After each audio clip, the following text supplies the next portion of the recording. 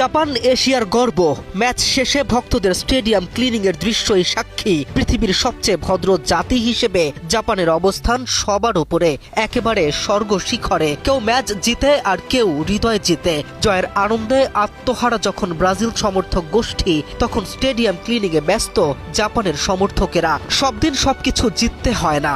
অশ্রুমাখা মুখ, হতাশাগ্রস্ত জীবন, তবে পৃথিবীকে সুন্দর রাখার প্রত্যয় যাদের, কি আসে যায় একটা ম্যাচ পরাজয়ে।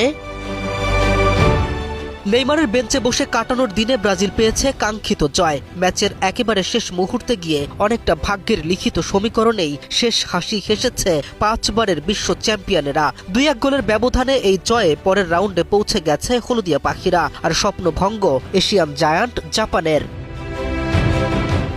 গোলের সমীকরণ ভাগ্য নির্ধারণ করলেও ম্যাচ জুড়ে অসাধারণ দক্ষতা দেখিয়েছে এশিয়ান প্রতিনিধিরা। হেরেছে, তবে লড়াই করেই হেরেছে। হেরে যাওয়া মানেই তো আর হারিয়ে যাওয়া নয়। হেরে গিয়েও রেখে আসা যায় বংশের পরিচয়। জাপান টুর্নামেন্টের অতীত এখন।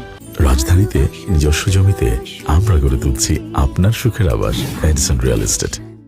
কিন্তু ভদ্রতার যে দৃষ্টান্ত দেখালো, যে নজির গোটা বিশ্ব দেখলো, তা হারিয়ে যাওয়ার নয়, বরং তাই দৃষ্টান্ত, তাই উদাহরণ। টুর্নামেন্ট শেষ হবে, কোনো একটা দল সোনার ট্রফিখানা উঁচিয়েও ধরবে, কিন্তু সবচেয়ে আদর্শবান ফ্যানবেজ হিসেবে জাপানের নামটা গোটা বিশ্ব নিতে বাধ্য হবে।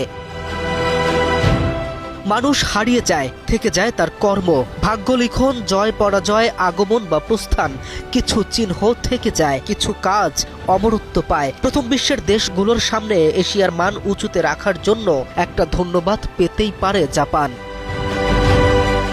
কে এম রাফিন, নিউজ 24।